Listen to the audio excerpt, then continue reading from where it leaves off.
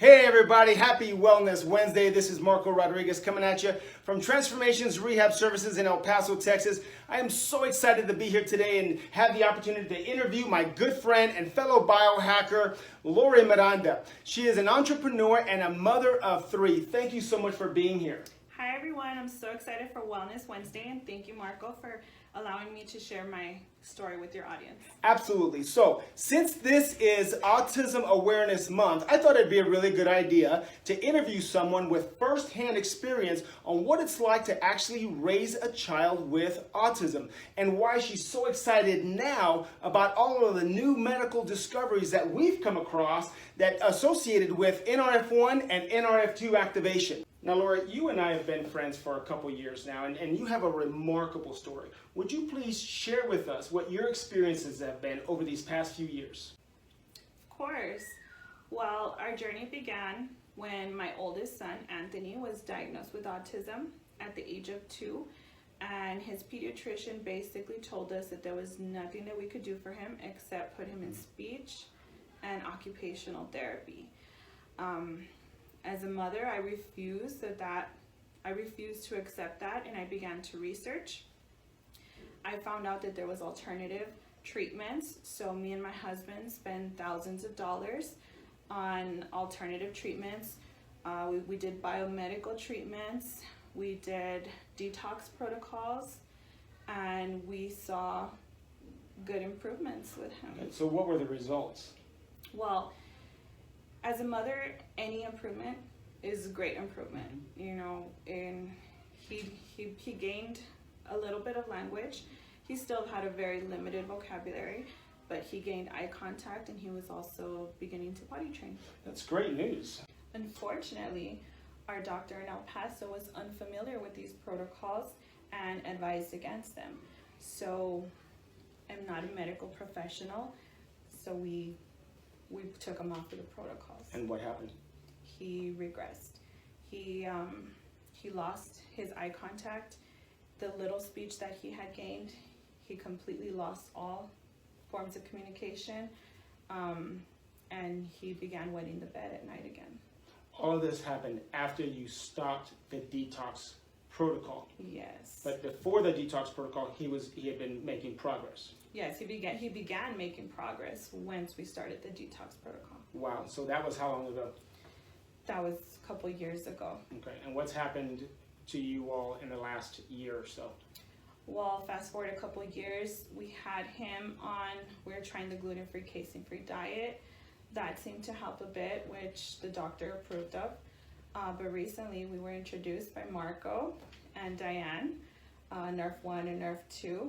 And I am so grateful to God. I always give the glory to God first, and I believe that God brought this into our lives for a reason. And what's happened with Anthony?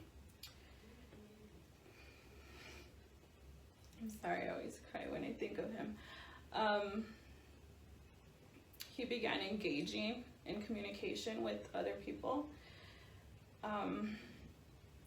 He's beginning to show me humor. He's recalling things. He's recalling his days. He can tell me how his day went at school. He can name his friends. He sings the song Despacito. He loves that song. He's so funny. He's even telling me that when he grows up, he wants to open a taco truck. So who knew we had an entrepreneur? Like mother, like son, right? Exactly. Yeah. And I'm getting to know my son at 11 years old now. I'm getting to know him. That's amazing. Thank you so much for sharing that. And what, if you could say anything to the parents, to our audience out there, what message would you have for them? Don't stop. Don't stop looking for an answer for your kids. Don't stop looking for, I don't want to say a cure, but don't stop. Just don't give up. And I would definitely recommend to look into NRF2 activation and see how their bodies, they have a mitochondrial dysfunction, and how NRF1 and NRF2 can help them with their bodies, and so that can help their body recover. And what you're referring to there is that, and I don't know if our audience knows that, So there have been a lot of studies on autism, and what they're finding is that persons diagnosed with autism have several things in common. One of them is poor gut health. The other one is mitochondrial dysfunction. The next one is high levels of oxidative stress. In fact, you had mentioned that Anthony had the oxidative stress levels of what? A 46-year-old. He had the oxidative, and how old is he? At that time, I believe he was 4 years old. So he was 4 years old, and he had the oxidative stress levels of a 46-year-old man, right? That's unbelievable. Now, if a 46-year-old man shouldn't have the oxidative stress levels of a 46-year-old man, much less a small child. So high levels of oxidative stress are certainly a big factor in persons with autism. They also tend to have very low glutathione. And of course, all of that equates to having inflammation in the brain. And so what we found is all the research points out to NRF1 is clinically proven to boost mitochondrial biogenesis. NRF2 is clinically proven to reduce oxidative stress levels up to 70% in 4 months. That's unbelievable. In fact, I remember John Quinones, he did an ABC primetime where his oxidative stress levels came down by 45% in less than 2 weeks. A couple weeks ago, I interviewed a gentleman, a friend of mine, who's 62 years old and now has the oxidative stress levels or the cell age consistent with a teenager of 14.9 years of age.